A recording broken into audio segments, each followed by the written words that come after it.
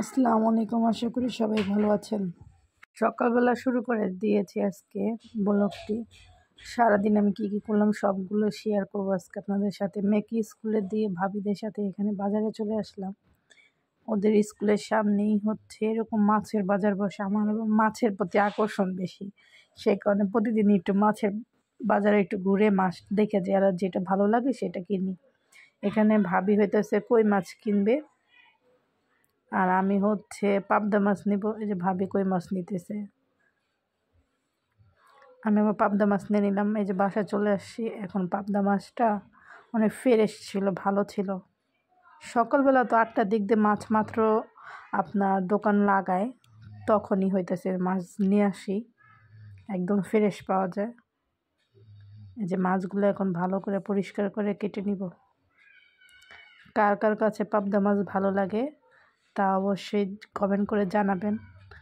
এই যে মাছ, পাবদা মাছ আমার কাছে অনেক ভালো লাগে। আমার বড় মেয়ে খেতে চেয়েছিল, তাই মাছগুলো কিনে নিয়ে আসা। এখন সুন্দর করে কেটে নিব, পরিষ্কার করে নিব।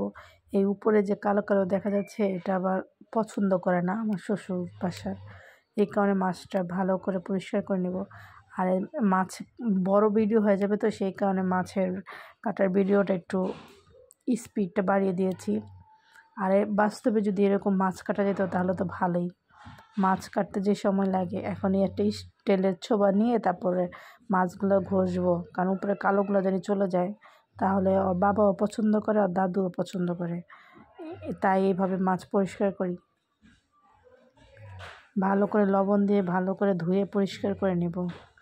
আর কেউ যদি কষ্ট করে এই পর্যন্ত আমার ভিডিওটা দেখতেছেন, সবাই একটু লাইক কমেন্ট সাবস্ক্রাইব করে রাখবেন। আর আমার ভিডিওটা যদি অবশ্যই ভালো লেগে থাকে তাহলে আপনাদের ফ্যামিলি এবং ফ্রেন্ডের সাথে শেয়ার করবেন, তাহলে একে অপরকে একটু দেখতে পারবে। এই যে আমার এখানে মাছ পরিষ্কার করা হয়ে যাচ্ছে। কে কীভাবে মাছ পরিষ্কার করেন তাও জানাবেন। এতগুলো মাছ হইতেছে আমার লাগবে না, তাই আমি এখান থেকে কিছু উঠে ফ্রিজে রেখে দেবো, কারণ যতটুকু দরকার অতটুকুই রান্না করব, বেশি রান্না করে ফেলানোর দরকার নেই। এটা হইতেছে বৃহস্পতিবার দিন, আর আমার মেয়ের সাথে একটা অনেক বড় একটা দুর্ঘটনা ঘটে গেছে সেদিনকার। ও হইতেছে আয়না, ড্রেসিং টেবিল আয়নার উপরে আঁঠু দিছে, আঁঠু দেওয়াতে ড্রেসিং টেবিলের উপরে আয়নাটা ভেঙে গেছে, আঁঠুর ভিতরে কাঁচ ভাঙা ঢুকে গেছে। ওর নিয়ে আমার হসপিটালে যাওয়া হয়েছে, ওইখান থেকে ড্রেসিং করে পরিষ্কার করে আনা হয়েছে। সেটার ভিডিও করে নিই, কারণ তখন আর মাথা ঠিক ছিল না, ভিডিও করার মতো ছিল না, সেই জন্য ভিডিও করা হয়নি। আর এখানে দেখলাম শুক্রবার দিন সকালবেলা আম্মা রোদ্রে ভাত শুকা দিতেছে। গতকালকে রাত্রে যে ভাত ছিল সেগুলো আবার শুকা দিতেছে সাদা। আমি আবার বললাম কি আম্মা আমার ঘরে ফুড কালার আছে, ওই ফুড কালারটা দেন, দেখতে ভালো হবে, একটু লাল দেখা যাবে। তারপর আম্মা আবার ফুড কালারটা দিল। আর এই যে আমাদের এখানে হইতেছে বেড়িবাঁধে কাজ চলতেছে। আর বাবা বলতেছে সেদিন ইলিশ মাছ নিয়ে আসছিল 4টা, সেখান থেকে আবার একটা নরম বের হয়ে গেছে। পরে ওর বাবা বলতেছে যে আচ্ছা ঘাটা রান্না করে দাও। পরে ঘাটা রান্না করার জন্য এখানে মাছ পরিষ্কার করে নিছি, আর হইতেছে পেঁয়াজ কাঁচামরিচ এগুলো কেটে নিছি। আমাদের আবার ইলিশ মাছের এটাকে ঘাটা বলি আমরা, এটা অনেক পছন্দ আমাদের সবারই। নরম মাছটা হলে বেশি ভালো লাগে। এই যে এখানে হইতেছে লেবু দিয়ে রান্না করব। পেঁয়াজ বেরেস্তা করে নেব, পেঁয়াজ বেরেস্তা করার পর একটু পানি দিয়ে হলুদের গুঁড়া, মরিচের গুঁড়া, ধনে গুঁড়া দিয়ে ভালো করে মশলাটা কষাবো। মশলাটা কষানো হয়ে আসলে তখন লেবু পাতা দিব, কারণ লেবু পাতাটা যদি প্রথমে দিয়ে দিই তাহলে তিতো ভাব চলে আসে, এই কারণে লেবু পাতাটা একটু দেরি করে দেবো।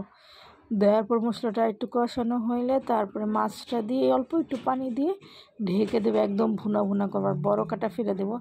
এটাকে বলি আমরা ইলিশ মাছের ঘাটা। আপনারা কী নামে বলেন, কে কোন অঞ্চলে কী নামে বলেন সেটা জানাবেন অবশ্যই কমেন্ট করে।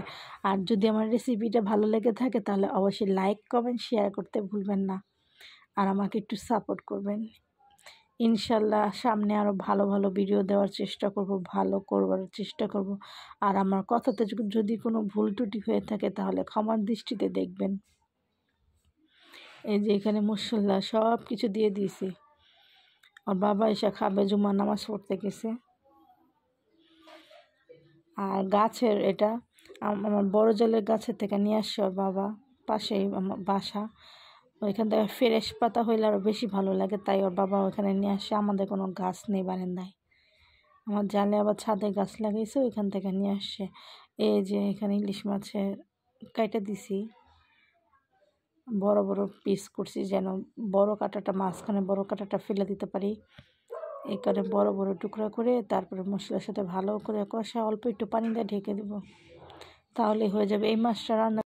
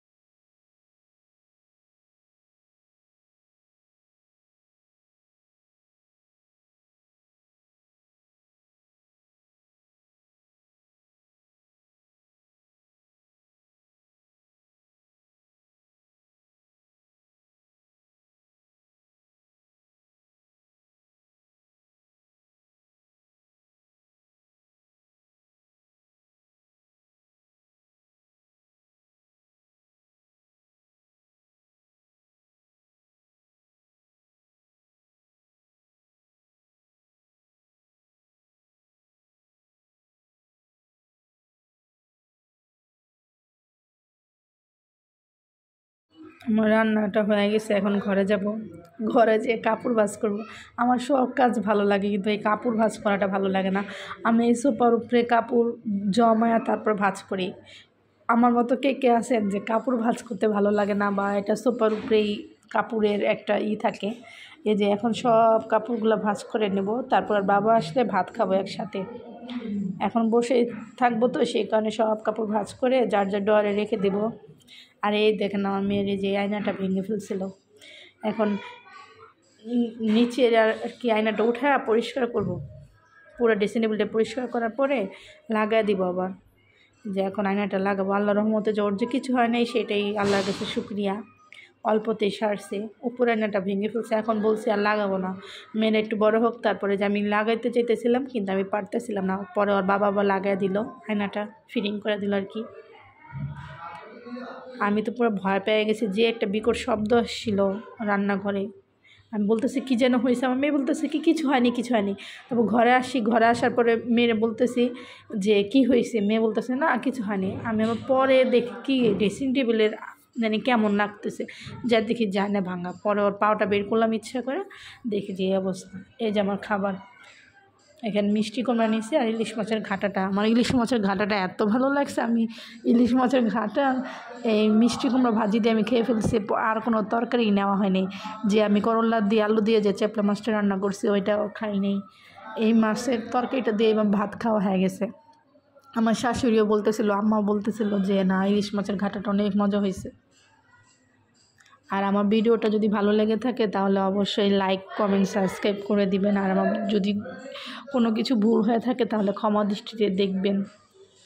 আর আমি চেষ্টা করব আরও ভালো করার, আস্তে আস্তে যেন আরও ভালো করতে পারি, সেই দোয়া করবেন। আল্লাহ হাফেজ, সবাই ভালো থাকবেন।